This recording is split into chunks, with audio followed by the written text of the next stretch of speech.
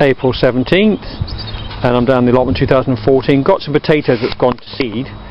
This is the middle line I put in, and these are basically, as you can see, they've gone to seed well and proper, and I've just laid them in.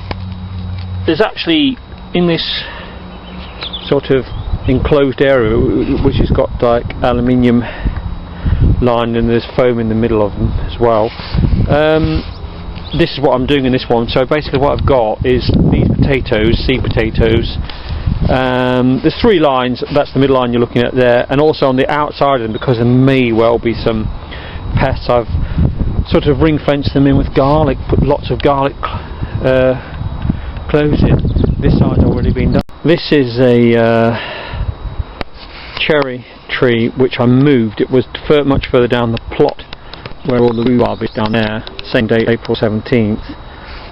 But it's done very well. Basically I put it in the sunshine, and this is what I'm going to bring down next time I come down, before all this blossom goes. I mean, obviously there's plenty of opportunity for pollinators to come along. Still a little bit cold, temperatures dropping down to about 3 degrees centigrade at night time, but hoping this is going to benefit from it. The little things we've done to rescue plants, found this lonely little gooseberry down the bottom there. The soft fruits all along here. We've got black currants, red currants, gooseberries. These are all doing dreadful when they're at my home because it's just got no space. A typical plant that's been in, say, over a year is now looking like this.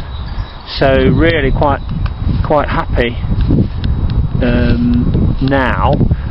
And as we go along, we might even get a crop off. I'm not really bothered with these sort of plants. There's some flowers on that one. I've had them at home regularly and never had anything off them for quite a few years. But they need time to establish themselves. And we're going around here. What we have done, right at the back of the allotment, rescued a whole load of raspberries, and I don't know whether you can see. Yeah, you can just about see there. I've caned them all. Must have hurt them, I suppose. I've caned them all, and these are all dug up, growing right on the bottom, all infested with like vines and various bindweed, etc. And I've just put them in as they are. If I've come across a very little clump of them, then obviously I've kept them together and I've caned them. This particular poor fellow was rescued right near to the fence, but there's buds on it. It should come up, and these are smaller ones. I don't know whether they'll survive. I might have to take them home and pop them if they show signs of slug attack. And this was a Victoria rhubarb which I put in last year. It's really struggled last year, but this year might get a tiny crop off it. Got to be careful with young rhubarbs. So there we go. And the rest of the plot this year, because of all the nematodes and the pests, put in an awful lot of garlic. I've absolutely garlicked all, as you can probably see. If I take the camera with me here, all the way along the border here, solid garlic, and there it is coming up like troopers. They are my guard of garlic. Basically, nothing will like going past. Look at that regimental row of garlic. Of course, we've got our wicker man there, and finally at the bottom, as we take you down on the little tour, soft fruit, more soft fruit going along the fence there.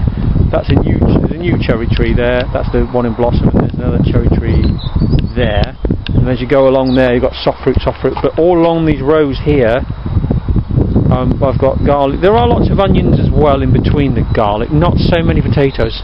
Only a couple of rows of potatoes here. And then you come to your fruit trees, where you've got peach tree and the like. And these are at the back. There's 3 gage trees, and of course they've already blossomed. But don't worry, I've been along with my little paintbrush, and the bumblebees, a lot of them, spread the pollen round myself. I just didn't think there were enough bumblebees around this year, to be quite honest. And we've got this idea of putting strawberries in this strawberry bed. We've not put any topsoil on them, and these are the ones we've actually left in. See how they get on. And they don't seem too bad at the moment. Seem happy enough. There's some rosemary there, which is there. Okay, and lavender. I think that might be lavender actually. Lots of soft fruit here. There we go. And again, soft fruit there. More soft fruit there. And what's really good is in the actual aluminium bays here, we've got our strawberries mixed in with some onions. I found got these red onions from last year, and they just were not happy, so I've just left them in over winter, and lo and behold they have come up, they sprout. I don't know about whether they're bolted or not, but there's a lot, you can see the red basin. But the strawberries here, the big success, they are flowering. I'll just take you up to them. Oh, we've got some leeks from that we've overwintered, left them in. Okay, got to be careful not to step on some of these younger plants here. But the strawberries are already trying to get the angle right. Strawberries are already flowering. Okay, and these ones are about to come out and flower. So reasonably happy this year with the flowering situation. Try and catch that for you if I can.